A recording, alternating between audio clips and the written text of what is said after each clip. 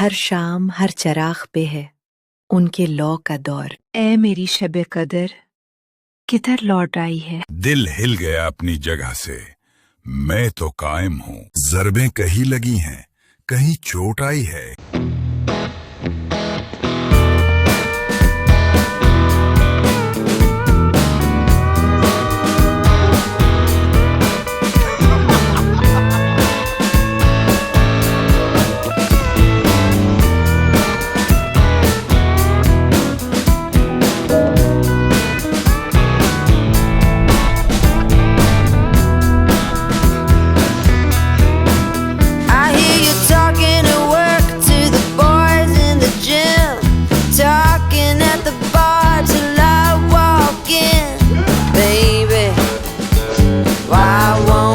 Talk to me. Can't get your tongue when we're talking about what I need.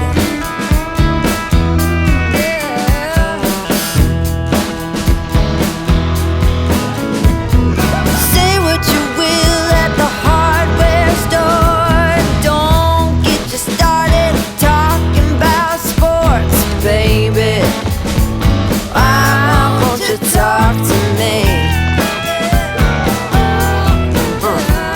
Can't get your tongue when we're talking about what I need.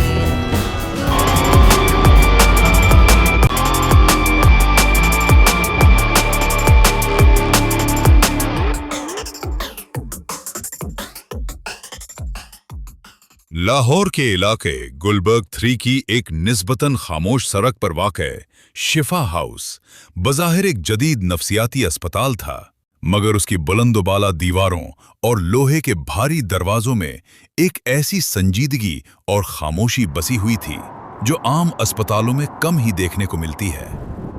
رات کے وقت اس عمارت کی کھڑکیوں سے جھانکتی مدھم روشنی کسی اجنبی دنیا کا گمان دیتی تھی۔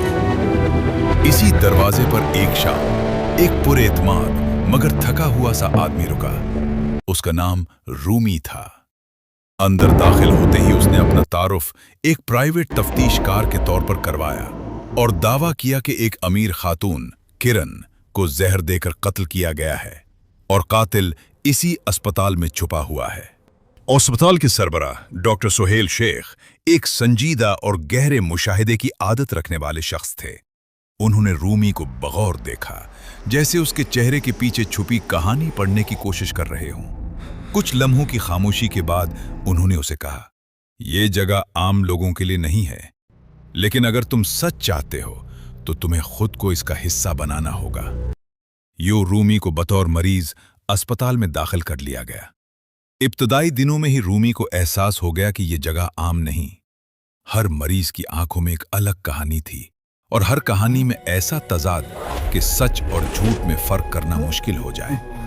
انہی مریضوں میں ایک شخص فہد شیخ بھی تھا، جو خود کو خفیہ ایجنسی کا ایجنٹ کہتا تھا۔ اس کی باتوں میں عجیب سا یقین ہوتا، مگر کبھی کبھی وہ ایسی باتیں بھی کر جاتا جو سراسر وہم لگتی۔ وہ اکثر رومی کے قریب آ کر سرگوشی کرتا، یہاں سب کچھ ویسا نہیں جیسا تم دیکھ رہے ہو، اصل کھیل کہیں اور چل رہا ہے۔ ایک اور مریض جو بظاہر خاموش رہتا تھا اچانک ایک دن بولا کہ کرن زندہ ہے۔ اس کی آواز میں ایسا یقین تھا کہ رومی کے دل میں ایک لمحے کے لیے شک ضرور پیدا ہوا۔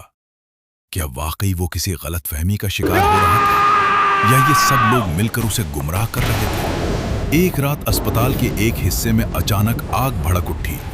شعلے زیادہ بڑے نہیں تھے، مگر ان کا پھیلاؤ عجیب حد تک محدود تھا، جیسے کسی نے خاص طور پر ایک ہی وارڈ کو نشانہ بنایا ہو۔ اس ہنگامے کے دوران ڈاکٹر زین العابدین، جو اسپتال کے سینئر معالج تھے، رومی کے قریب آئے اور کہنے لگے، جسے تم ڈھونڈ رہے ہو وہ تمہارے بہت قریب ہے، لیکن یاد رکھو یہاں ہر چہرہ ایک نقاب ہے۔ یہ الفاظ رومی کے ذہن میں گونجتے رہے۔ اس نے فہد شیخ پر شک کرنا شروع کر دیا، چونکہ وہ بار بار یہی کہتا تھا کہ قاتل خود کو معصوم ظاہر کرتا ہے۔ مگر اسی دوران ایک اور مریض نے دعویٰ کیا کہ یہ سب ایک منصوبہ ہے، ایک ایسا کھیل جس میں رومی خود مہرہ بن چکا ہے۔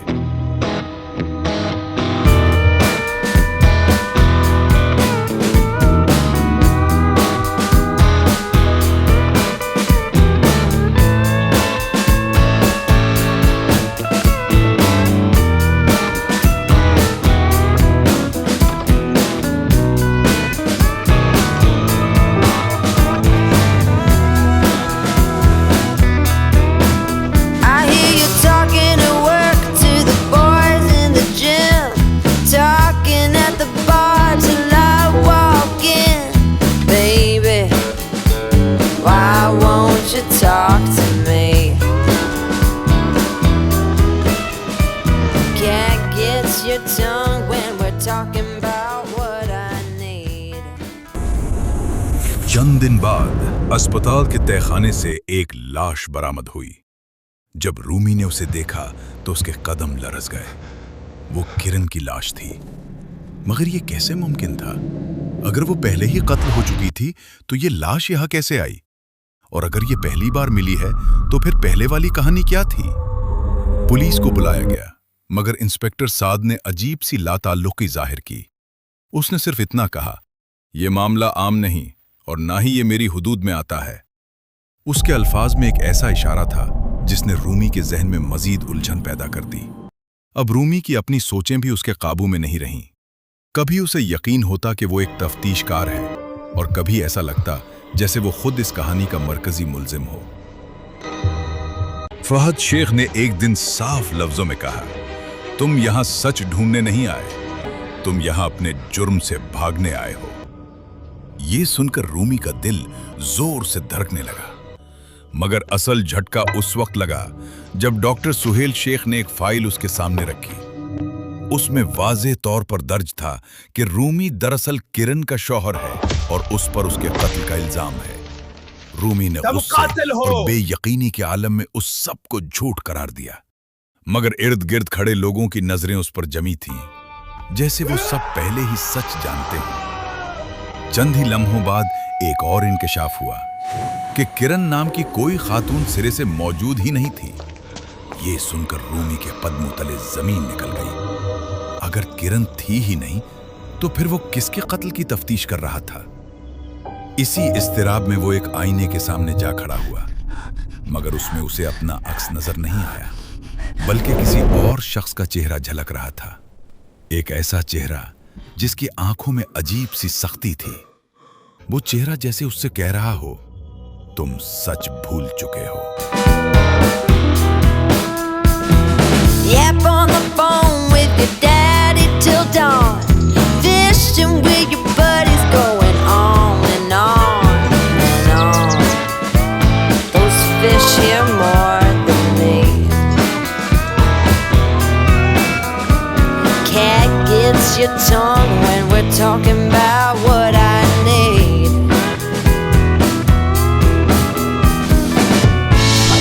Think you're the silent type.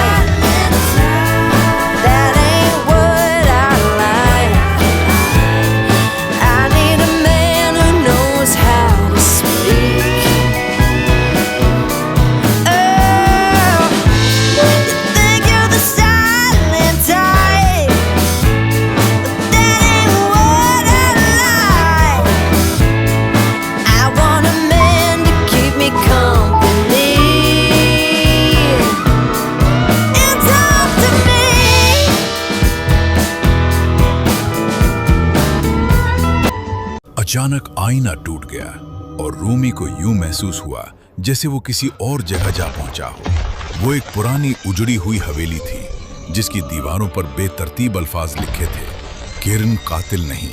ये जुमला बार बार दोहराया गया था जैसे किसी ने जुनून में आकर लिखा हो। वहां फहद शेख फिर नमूदार हुआ, मगर इस बार उसका अंदाज मुख्तलिफ था।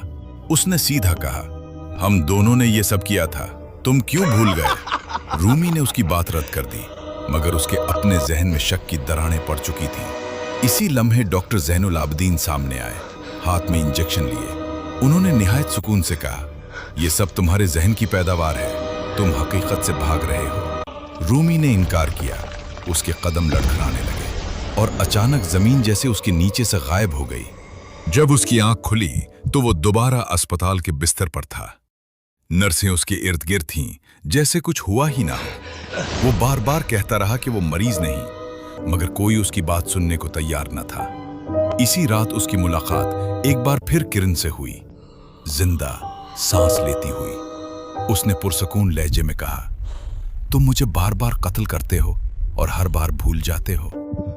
ये अल्फाज सुनकर रूमी के वजूद में जैसे सर्द लहर दौड़ गई। किरण उसे एक कमरे में ले गई जहां दर्जनों फाइलें रखी थीं। हर फाइल में रूमी की तस्वीर थी, मगर हर बार मुख्तलिफ नाम और मुख्तलिफ कहानी। कहीं वो कातिल था, कहीं मरीज और कहीं एक तफ्तीशकार। रूमी ने चीख कर कहा कि वही असल है, मगर किरण ने सर्द महरी से जवाब दिया, तुम सिर्फ एक किरदार हो।